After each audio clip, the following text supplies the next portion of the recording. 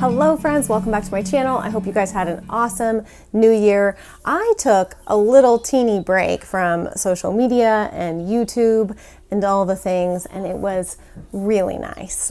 It wasn't very long, but for me, I'm somebody who usually shows up in those places every single day because it's my job, and I've always just felt this like very self-imposed pressure that I couldn't take a break, that I had to show up, and I had to be posting something, I had to be active, and I just have never really given myself much of a break, and I was starting to need the break mentally. I was just noticing some emotions and things bubbling up that are not normal for me. And I was like, okay, I think that I need a break. I need a break. Everybody needs a break. Everybody needs a break.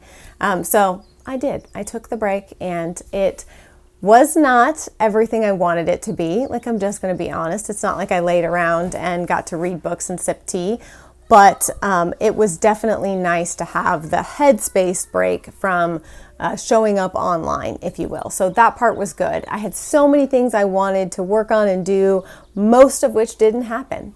But that's life, you know, so we just move on. So initially I thought about doing like a whole best of series and doing all these different categories, and then I just decided I did not really want to do that. But I did want to do a best of books and podcasts because it's been a while since I've done a what I read this month video, partially because I have not been reading as much since we moved. I was reading a lot at the first half of the year, and then once we moved, it's just other things have taken up that time for me, so I haven't been able to read as much. So I went through my list of books that I've read this year, and what I decided to do was pull out my top 5 books that I've read. I want you to know that it was really hard, okay? It was really hard to pick my top 5 favorite books that I read this year. And then I also wanted to talk a little bit about some podcasts, and we'll get to that in a second. I'm going to start with the 5 books, and then I have one additional little thing I want to tell you about. So with the best of books, you know, if you've been, here and watched any of my book videos, then you know that I pretty much exclusively read nonfiction. It's just my favorite genre. And I love memoirs, and I really love historical books. So that's sort of like the lane that I'm in. So if you're looking for me to talk about, I don't know, Where the Crawdads Sing and things, like, you're not going to find them. Never read that book. I may someday, but I just am not a fiction reader at this point in my life. Maybe that will change. I did used to be. When I was younger, I read a lot more fiction. But since I've gotten older, I think I've really discovered that the old adage is true, that the truth is far better than fiction. It's far more interesting. All right, so these are in no particular order because that would have been way too hard for me to say, like, this was 5, this was 4, this was 3, this was my number 1 favorite book. I couldn't do that. But let's jump in and talk about my 5 favorite books that I read this year. Okay, so the first one is The Gift of Fear. And I did share this book with you guys and talk about it.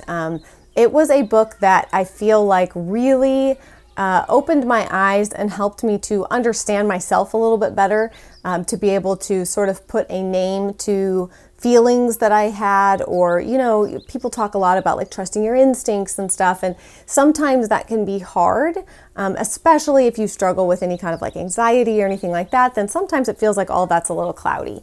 But I really, really enjoyed this book. And I think I said when I talked about it at the beginning of the year in one of my monthly videos that it's something that I would really like for my daughters to read, probably before they go to college. I do feel like some of the stories in there's one story in there that still gives me like like complete heebie-jeebies. Like, I can't even really let myself think about it because it's so just like, so there's a lot of like very adult content in that book that I wouldn't want to just hand it to my 13-year-old daughter. But before my girls go to college, I would like them to read it, or at the very least, maybe just pluck some chapters from it and have them read it, because I do think it's so, so important as women to be aware and to do everything we can to protect ourselves, and also to understand that like we have instincts for a reason, God-given instincts for a reason that help to keep us safe. And it's, I wish that we lived in a world where that wasn't a conversation we have to have, but it is. So that's the world we live in. No sense in pretending like it's not. And we might as well do everything we can to keep ourselves safe as possible. So in the future, I am going to, because this book really inspired me, and I've done a lot this year in terms of like self-protection and things like that. So at some point I want to talk about that. Like, what do I carry with me? Like, some women carry mace, some women carry a taser, some women carry a knife or a concealed carry weapon of some kind. So at some point I think I want to do a video and talk about like, what do I carry? What do I do to protect myself? And just some other things that I've sort of learned and worked on over the course of the year. And I think it would be both interesting and helpful for other women if you are kind of at a place where you're like, I don't know, I just go out and hope for the best. There are some things that you can do. And so yeah, we'll talk about that in a future video. But that book, The Gift of Fear, was one that definitely just in many ways like made me go, yes, I knew that I was feeling that for a reason. I knew that I didn't need to just ignore that emotion or feeling or whatever it is. So I would highly encourage that you check out that book. Now, the one thing I will say, and I did say this previously, is that I believe the book was written, you know how you say like, oh, I feel like it wasn't that long ago. And then you realize that like the 2000s were 20 years ago and you're like, oh crap, that was a long time ago. It's one of those. I think it was written in the early 2000s. I don't remember off the top of my head, but there's some dated information in there for sure. The whole of it still applies in many, many ways. So don't worry about that. It's not like it's from 40, 50, 60 years ago. It's more recent than that, but still a little bit aged, if you will. Especially just in terms of like technology, cell phones, what you can trace, stuff like that. So that was the first book I wanted to mention. Now, the second book I wanted to mention is one that I had never read a book from this author before. Her name is Annie Jacobsen. She is who my bunny is named, Annie, after Annie Jacobsen, this author, because I just fell in love with her this year. And the first book I read of hers was Operation Paperclip. And she has, 5 books. And her newest one is coming out in January. They fast-tracked it because it's very applicable. The content is very applicable to what's currently been going on in our country. So they sort of fast-tracked the publication of that. But she is like an investigative journalist. I believe she used to work for one of the LA papers. She maybe still does. I don't know all those details. But she's an investigative journalist. And the amount of research and time that she spends on her books is pretty incredible. The relationship she builds with her sources to be able to get the information that she gets is insane. So even in Operation Paperclip, when she goes to Germany and she's able to get some very interesting documents and things that probably the average person wouldn't have been able to. So she's really, really interesting. The topics that she writes about are very interesting. Like I said, Operation Paperclip is obviously all about that operation. If you watch my videos, then you probably definitely already know because I've talked about it a number of times. But it was this secret operation that the U.S. Undertook that basically brought Nazi doctors after the war was over from Germany here to work for us. And they ended up not only working for us, but holding really high positions within certain organizations like NASA. And it's really fascinating because at the time nobody knew. Obviously there were people who suspected it, but it wasn't something that was openly talked about. And I just found it very fascinating. And I think a lot of times you'll hear people say things like, well, that could never happen. People wouldn't do that. The government wouldn't do that. They wouldn't whatever. And then you read history and you go, well, yeah, the heck they would.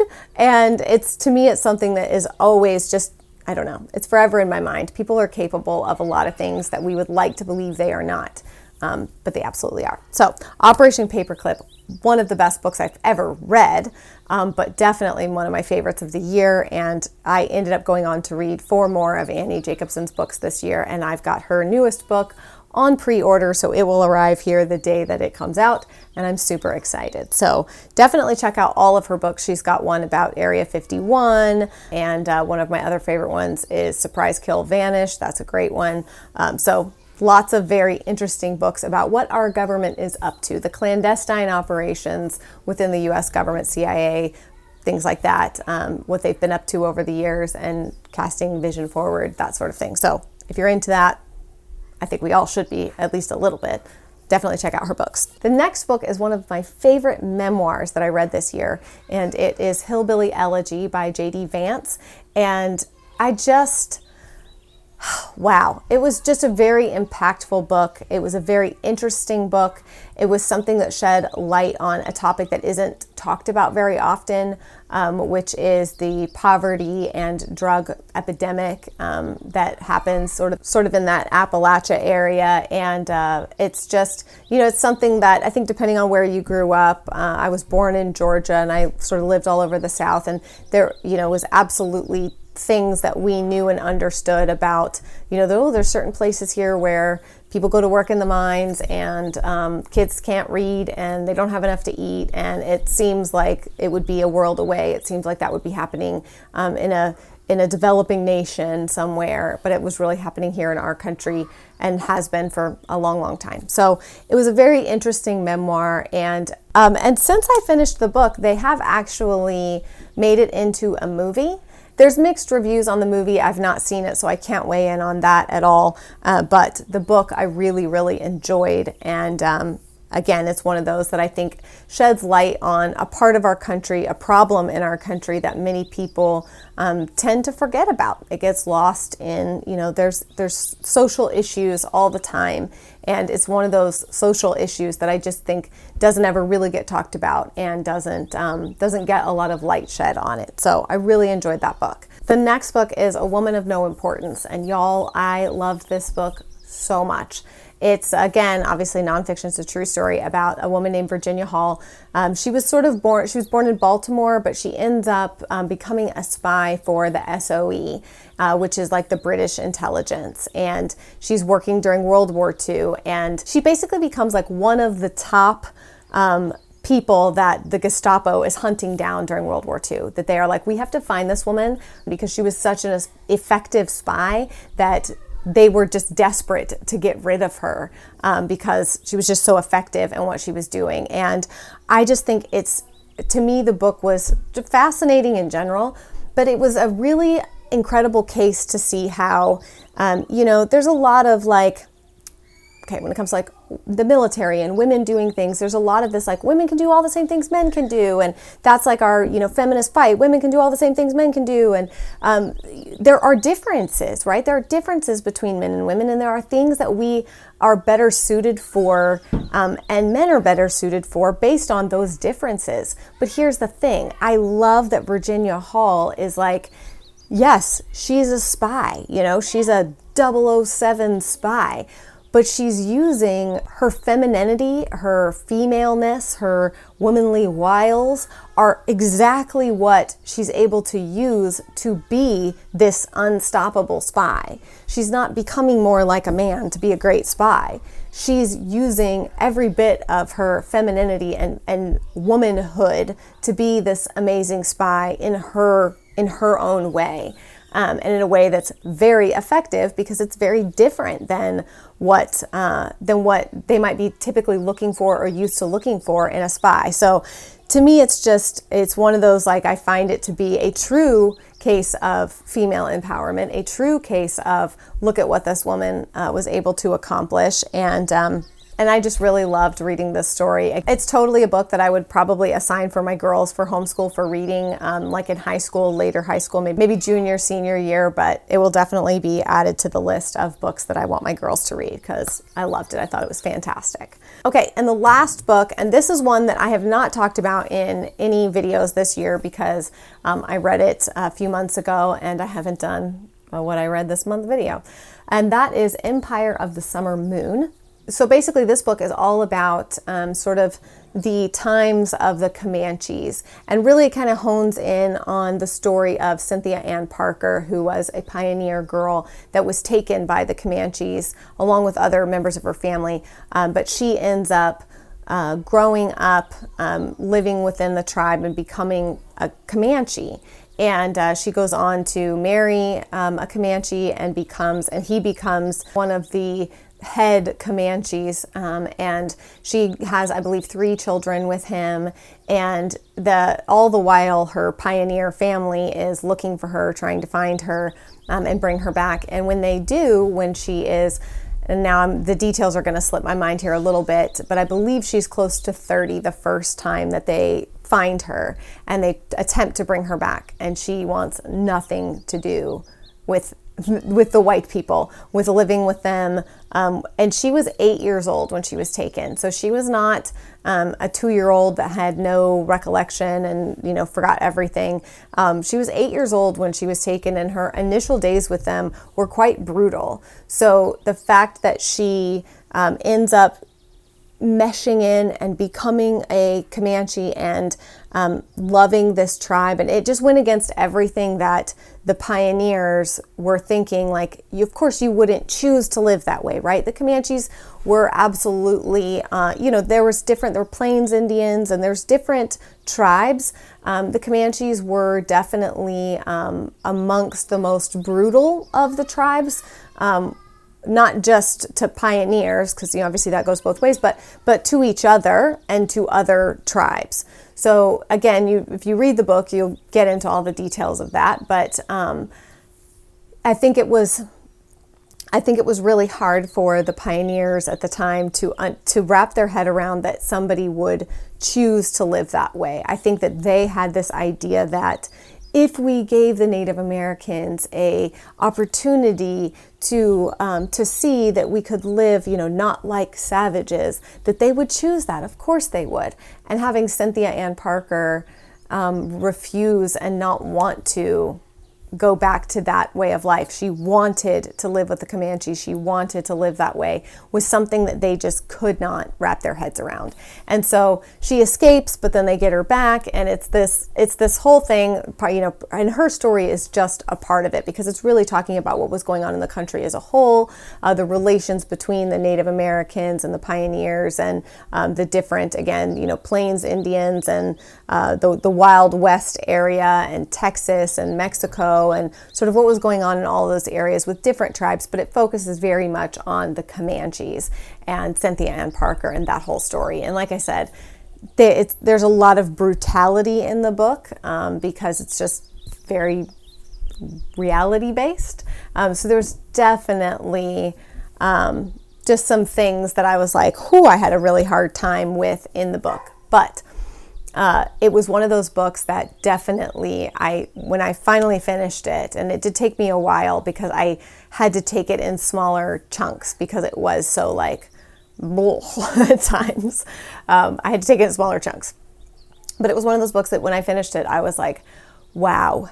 There's a lot of, and we've talked about this before with, our homeschool curriculum and history curriculum and stuff like that.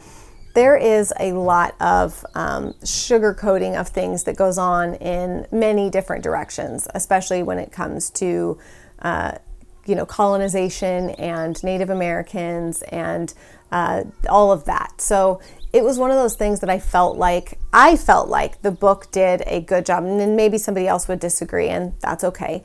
But I felt like the book did a good job of sort of just more painting the reality of it. Sorry, camera card was full.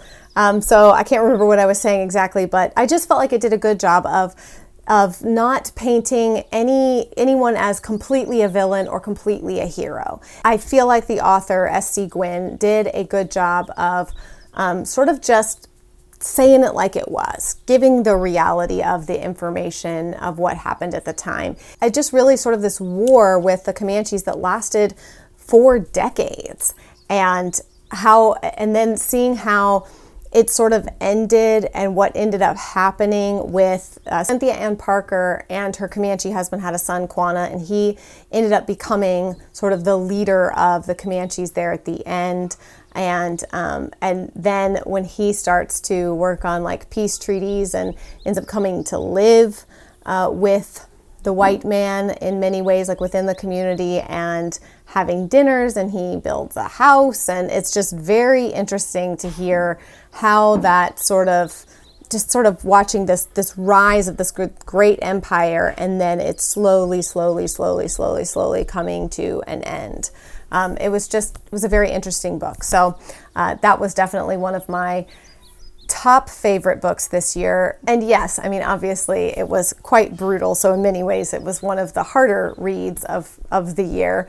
but it was definitely one of the more eye-opening reads, I guess is probably the best way to put it. And it just opened like a whole new pathway of books and information that I've been reading and diving into regarding American history and Native Americans and stuff like that. So it was like sort of opening a new section of reading for me. Like I said, I've done a ton of reading about World War II this year. A lot of the books that I read this year were around World War II, and this kind of like cracked the door open to kind of learn more about that section of history as well. So it was a great book, and I would recommend, but I would also brace yourself. That's all. Just brace yourself.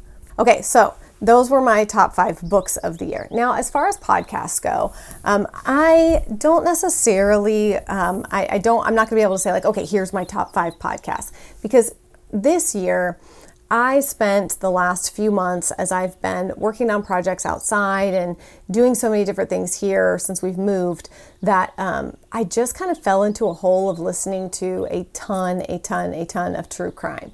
And it's one of those holes that I knew I needed to get out of. I knew I needed to not listen to that much true crime. There are lots of people who are total crime junkies and really into that all the time.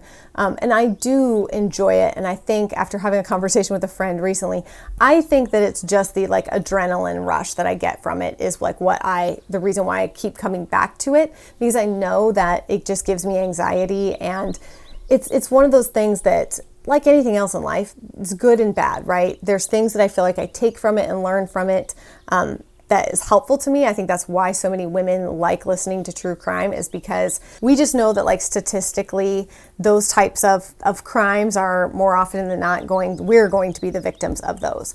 And so we feel like we just, need to know everything so that we can protect ourselves, right? So part of it is that.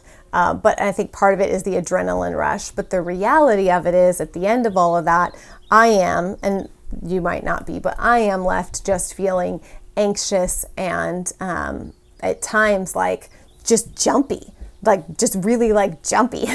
and maybe, not maybe, definitely reading into way too many things. So if you sort of juxtapose the book, The Gift of Fear, with listening to hundreds of hours of Dateline, I think that The Gift of Fear is going to be much more helpful to you in your everyday life than listening to hundreds of hours of Dateline.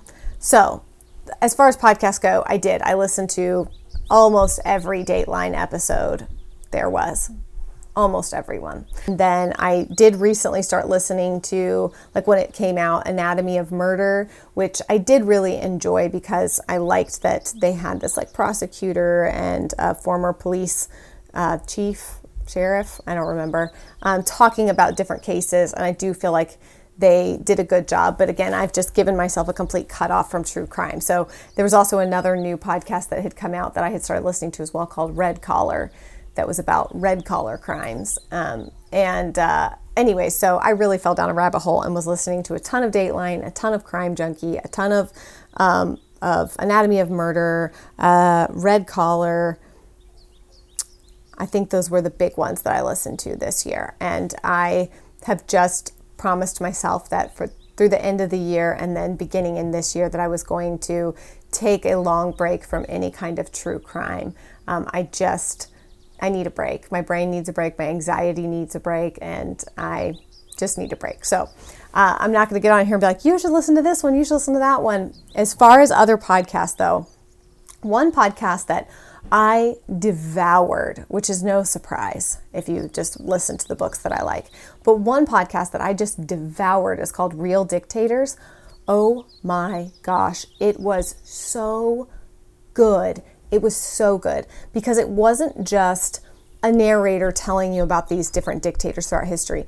They actually were interviewing people who had lived under that dictator's regime or had some personal experience or tie to it that could speak to what it was really like.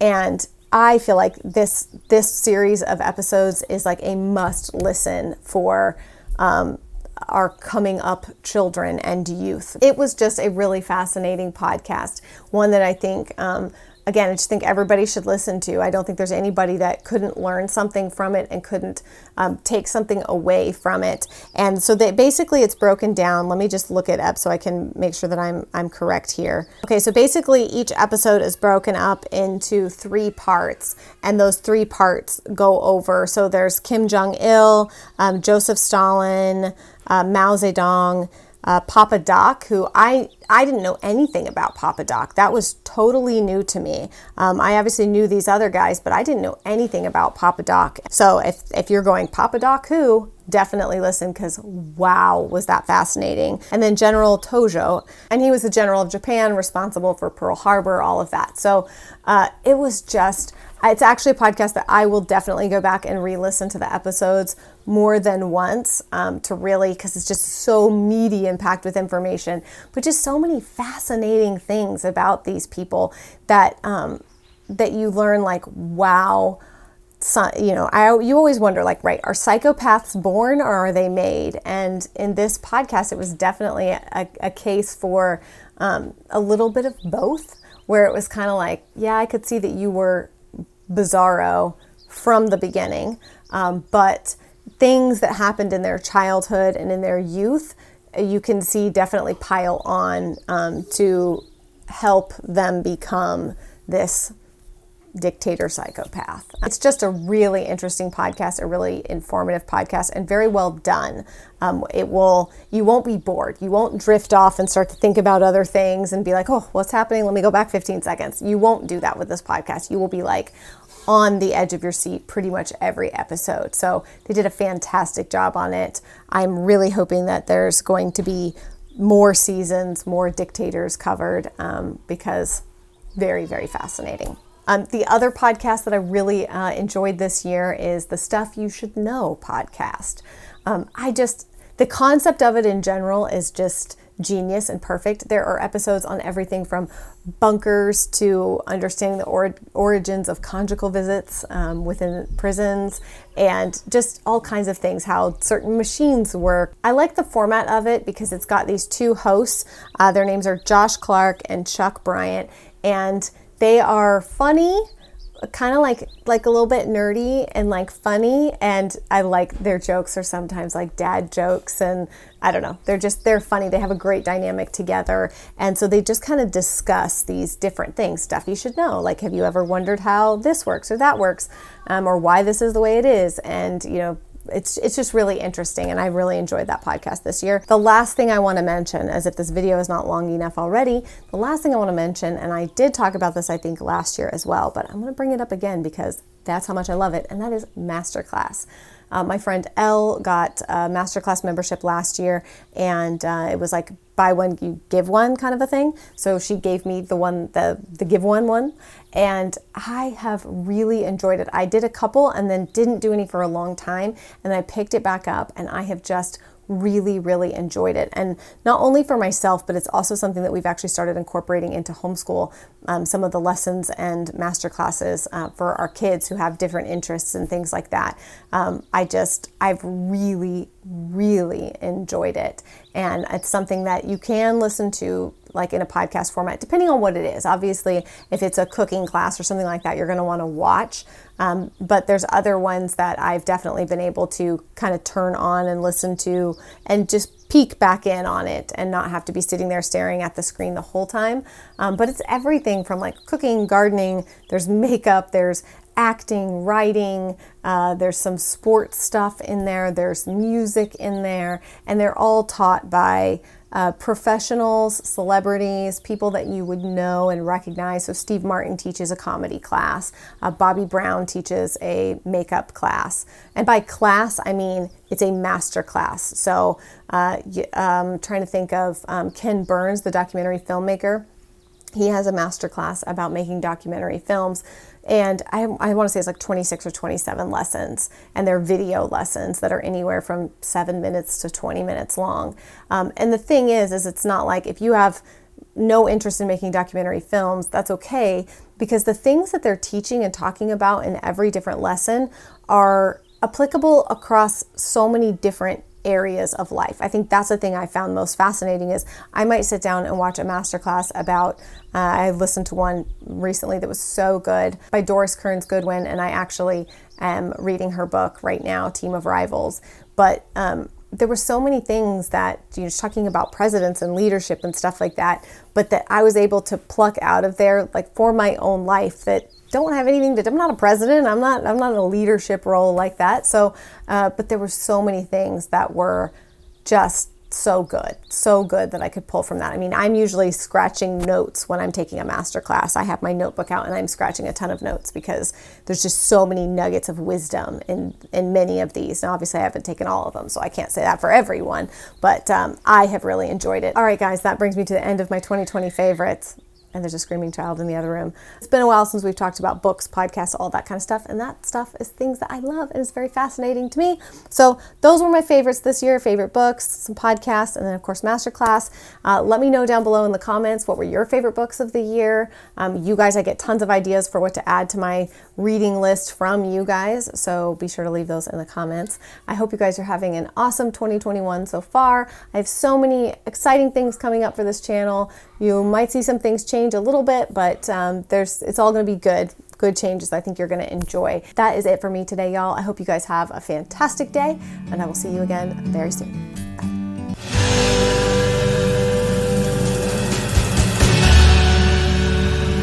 Bird on a tree. I'm just sitting here. I got time. It's clear to see